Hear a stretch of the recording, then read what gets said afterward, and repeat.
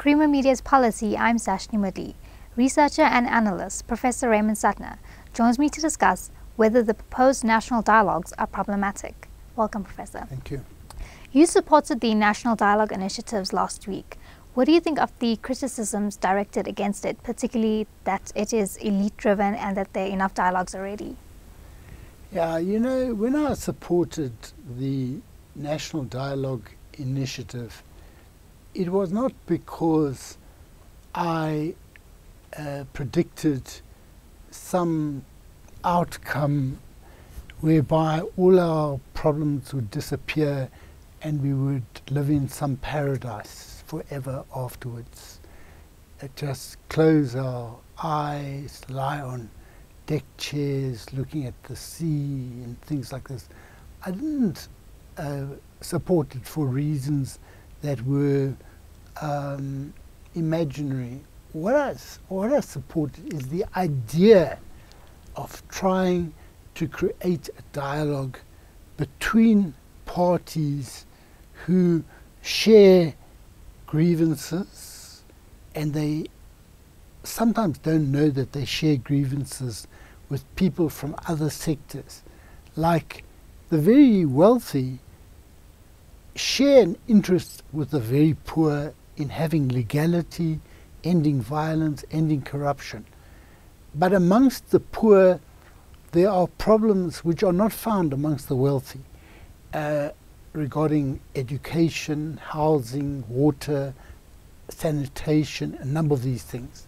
Now, I felt that if this process could take off in a way that is elite-driven and elite in character, in the sense that they may only listen to one another and consult CEOs, and not just CEOs of business, but CEOs of NGOs. Now, NGOs don't represent, they're not organizations like social movements. Now, if they go along those lines, my feeling is that the initiative will have no value whatsoever. Now, if you have a grievance, if you come from a community that has a grievance which is hurting them, is resulting in unsafe conditions, like the lack of toilets in Khayelitsha, safe toilets, adequate toilets in Khayelitsha, or adequate schools where there's water supply, textbooks, all of these things. If you have those grievances, what this dialogue needs to facilitate is not just to say anyone can come and join our dialogue, but they've got to realize that to join it from Cape Town or Johannesburg will be much easier than to join it from Tsomo or Tsolo or some faraway part of one or other province. And a lot of money needs to be raised in order to ensure that the dialogue makes articulate people who at this moment appear to be silent. They appear to be silent because they are not given a space to be heard, but it doesn't help to give a space where it needs money that they don't have to go to a place that they don't know and they don't have accommodation. So my feeling is that some people have criticized it, saying we've got enough dialogues already.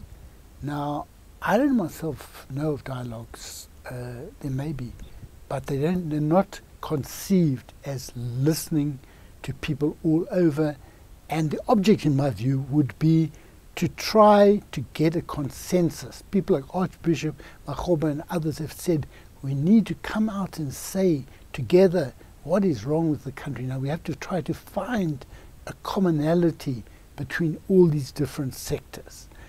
There's also a suggestion, one statement said that these dialogues alone will not solve our problems. But who said that dialogues will solve the problems on their own? Dialogues are part of a process whereby we may be able to solve our problems. I support it for that reason, and I support it conditionally, provided it is not elitist and that it does genuinely try to hear everyone. Now, you've said already that some criticisms suggest that dialogue alone cannot solve all our problems. And what about the presence of de Klerk? Well, you know, de Klerk, if de Klerk, some people like EFF says he's a war criminal, things like that. Now, if de Klerk did not go to the TRC, he can be prosecuted as far as I'm aware. And I don't know if it's expired. I don't think so. If that's the case, that's how it must be dealt with. But insofar as you're dealing with a dialogue, you're dealing with a situation where someone like de Klerk has a constituency. Will it assist the dialogue to exclude de Klerk, or will de Klerk's presence help us to create amity between population groups, to find ways of hearing the grievances of the community that he doesn't formally represent them, but he has some capacity to access their views. And I think it has a lot of emotive value to call de Klerk a war criminal and things like that. But if you want to have dialogue, just as the ANC had to talk to the apartheid regime, ZANU-PF and ZAPU had to talk to Smith, in these things, if you've got a crisis, you can't exclude people if they can contribute to the resolution of the crisis. Maybe I'm wrong in thinking that de Klerk's presence can contribute to the resolution of the crisis. Then we must debate it. But you can't just exclude him purely because of what he did during apartheid. Also, no one is calling this a CODESA, and this idea that there's a CODESA model that is being replicated where black people must forgive and whites can just carry on as before. It's very emotive. It's not practical. I'm supporting this because I think properly managed, it can be a practical way out of our problems. Thank you, Professor. Thanks a lot. That was Professor Raymond Suttner speaking to Creamer Media's Polity about whether the proposed national dialogues are problematic.